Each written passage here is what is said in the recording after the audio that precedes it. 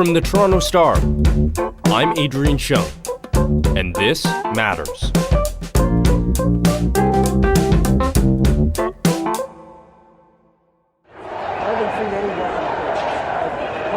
By now, you've seen the mob of pro-Trump extremists storm into the U.S. Capitol. They went on the attack against American democracy itself.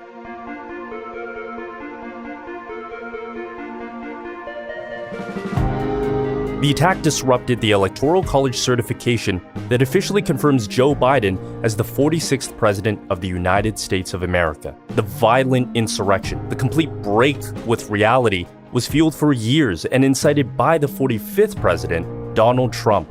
As Inauguration Day inches closer, the United States, its democracy, its self-identity, is being questioned like few times before in its history. Today on This Matters, we're talking to Edward Keenan, Washington Bureau Chief of the Toronto Star. Ed reported from the Capitol in the middle of the assault. He'll tell us what he saw and what he thinks the insurrection means. Ed, thanks for joining us. I'm glad to see you're safe. Adrian, I'm glad to be joining you. And yeah, yesterday was quite a day at the office. The scenes at the Capitol are still so jarring. They are surreal.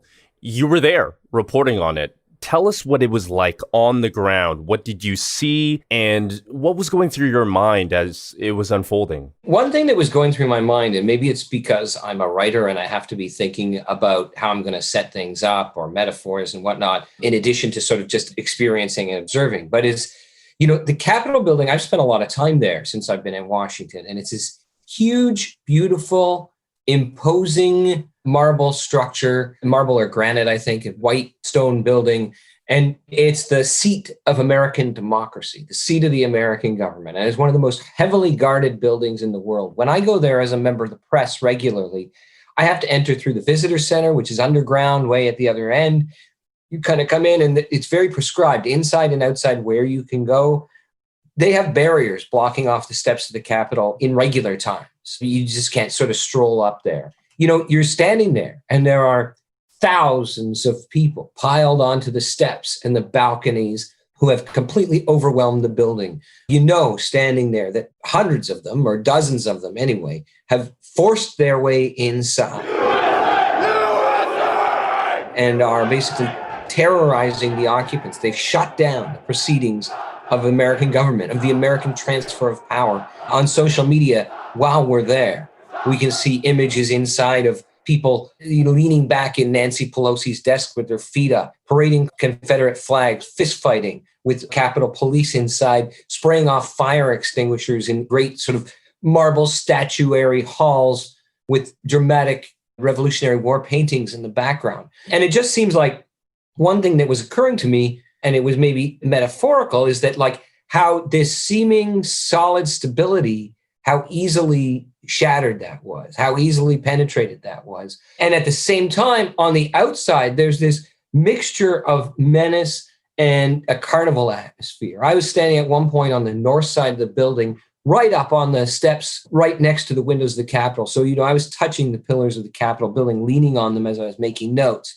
And there are hundreds and hundreds of people crowded in there, many of them in full combat fatigues. They're waving these flags, don't tread on me flags, Trump flags, some with sort of quasi-Nazi logos on them. I don't recognize all these far-right symbols, but with a sort of angular, Germanic-looking logos on them, waving them and shouting, a lot of profanity about Biden, about Pence, about Mitt Romney, pounding on the windows, setting off firecrackers. And then intermittently, pepper spray was coming through into the crowd that kind of was choking and causing people to cry, including sometimes me. I wasn't directly tear gassed or anything, but I did come into the mist of pepper spray many times. And then you take a step back, maybe 10, 15 meters.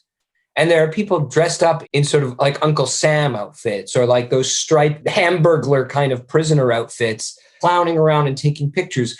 Out on the west lawn of the Capitol, a food concession company had set up a little tent and was selling hamburgers and whatnot. There's like merchandise tables out on the thing. So there's this mixture of genuine menace and active insurrection taking place that has successfully brought the government of the United States the business of the government of the United States to a halt.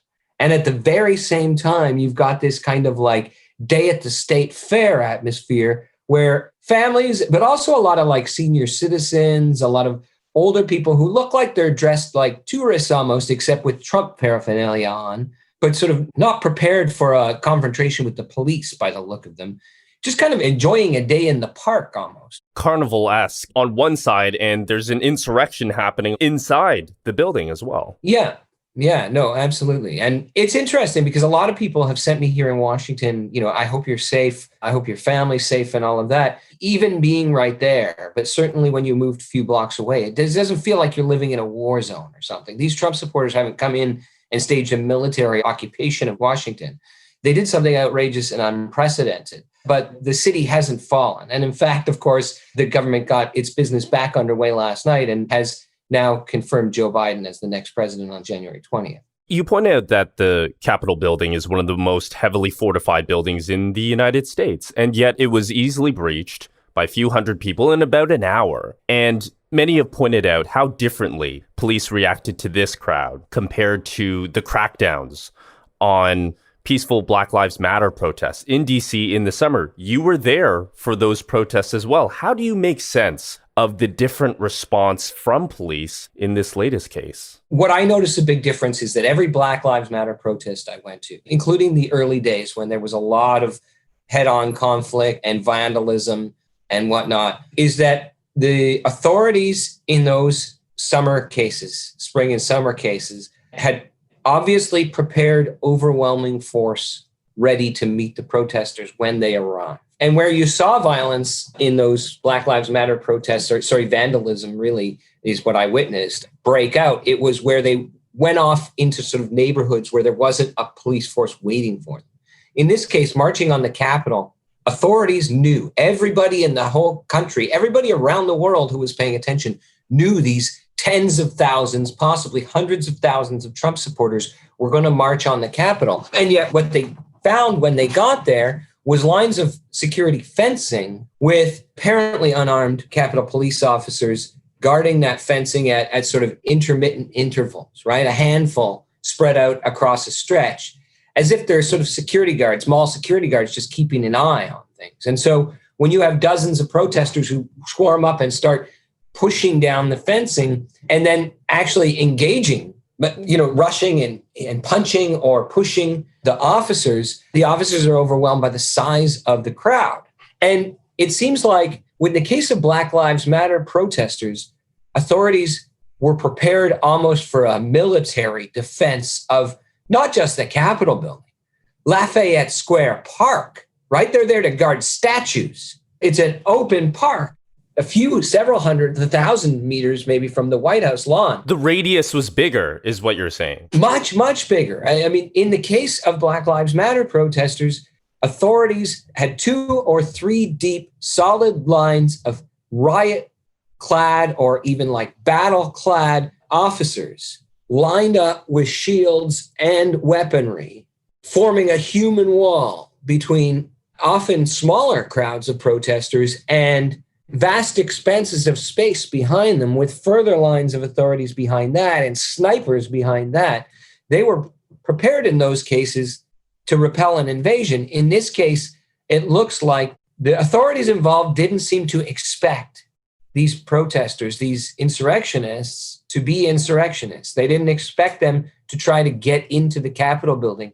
It looks like what they expected was for an orderly, peaceful demonstration on the Capitol lawn that would stay on the lawn and that nobody would really try to disrupt anything. And when they did, they were unprepared. It's a bit surprising to me that there were not more arrests inside the building afterwards. It's clear that the police were outnumbered.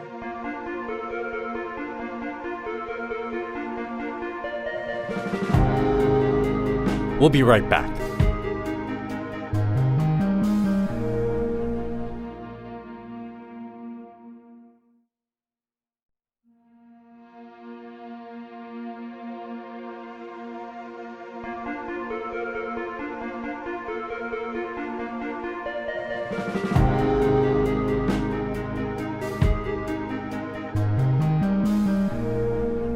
You use an interesting word there, invasion, because as you were saying, police in the summer were preparing for an invasion, and yet an invasion in this case did happen, and they were ill prepared for it and did not react quickly enough. Yeah. One thing is that these crowds are overwhelmingly white, and it is not exclusively white. They would really want to point that out, that there are quite a lot of Asian people and some highly visible Black people among these crowds. And there always are in these Trump protest crowds, and it's worth pointing out, but still predominantly white. And yet this is the same political faction that often stages massive gun rallies, that proclaims to be heavily armed, that carries revolutionary flags. And I'll say a good chunk of that crowd was, they're waving those Blue Lives Matter, back the blue, support the police flags.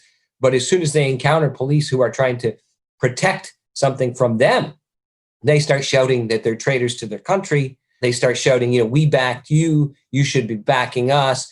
You should be on our side. And then, as everybody in the world saw, fighting with those police officers and overwhelming them. In the past year, you followed every major American event that has tested American democracy, including the election that was just a couple months ago. This insurrection at the Capitol, do you think it was the biggest test of American democracy that we have seen in our lifetime? I think it's actually like a very visible symbol of a much bigger test. I think Donald Trump's undermining of the democratic process, and fairly transparent undermining of it, fairly obviously sort of trumped up allegations that to deteriorate faith in American democracy. I think that's the big test. And I think this was perhaps the moment that illustrated how big that test is and how seriously people are taking this, how successfully Donald Trump has, in the minds of many, many people,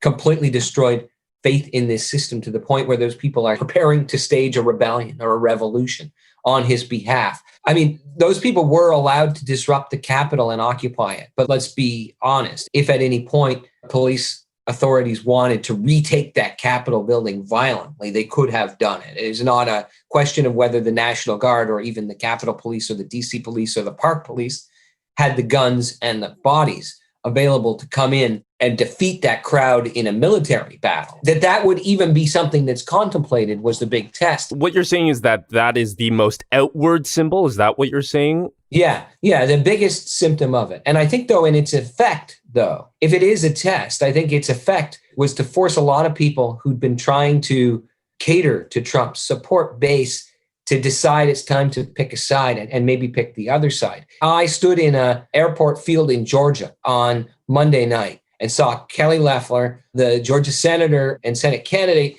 stand beside Donald Trump and announce to a crowd that she was going to oppose the certification of Biden's electoral college votes.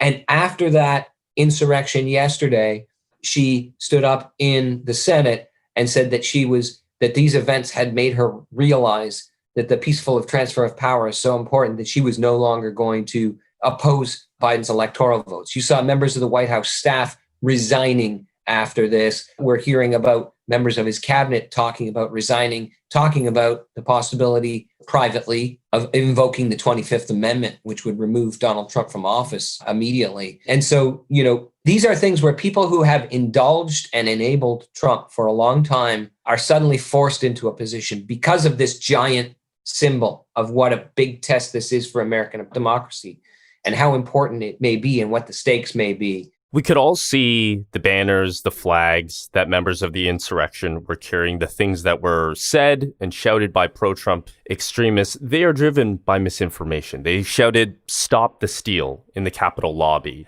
This is all incited by President Trump, who has also said that he's never going to concede this election. We will never give up. We will never concede. It doesn't happen. You don't concede when there's theft. So it's clear that this has gone beyond party, right? Trump's supporters are still sticking with him. What do you think happens to this faction after January 20th? Do you think that they're still a threat after Trump leaves office? Yeah, I think we'll see this protest movement in some shape or form continue to exist and continue to follow Donald Trump after he leaves office. And I don't know exactly what shape or form that looks like, but I think they're going to continue to object. And it must be said that I don't believe Donald Trump and his political advisors believe this election was stolen, right? I mean, Donald Trump may have talked himself into it. He's got very particular forms of narcissism, but like on some level, these are transparent fabrications that are being put forward about this election being stolen. And they're meant to feed Donald Trump's vanity and his public appearance and whatnot. But those people in the crowd yesterday, they believe it. They believe this election is being stolen. They believe their government is being hijacked and taken away from the voters who rightfully reelected the president. They're going to dig in. And so I don't know exactly what form that looks like, but I expect them to continue to be a force. Now, I also think, though, that if Donald Trump is out of the big spotlight for a time, it kind of disperses somewhat. But I think there's been right-wing active protest movements, that look something like this for quite a while. The Tea Party under Barack Obama was a very active force. And I expect we'll continue to see that, but it seems like it's now a personal allegiance to Donald Trump. He's indicated that he's not planning to get out of the spotlight. He's going to try and continue to sort of lead his followers in some way after he leaves office. Ed, thank you so much. And there's still 2 weeks left of the Trump presidency. Let's hope we can get there in one piece. Thanks for your time.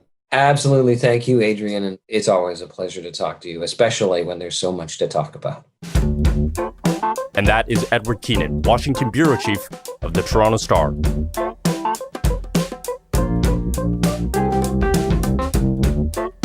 That's it for today. Thanks for listening. This Matters is hosted and produced by me, Adrian Chung, Saba Aitazaz, and Raju Mutar. Produced and mixed by Sean Pattinen, and our director of programming is JP Fozo. Our show theme music is by So Called, and our episode music is by Mike DeAngelis. We want to hear what stories matter to you. Please send us comments, questions, or ideas to thismatters@thestar.ca. Please consider supporting the journalism the Toronto Star newsroom does at thestar.com. And don't forget to subscribe to This Matters on Apple Podcasts, Spotify, or wherever you listen to your favorite podcasts. Let's talk soon.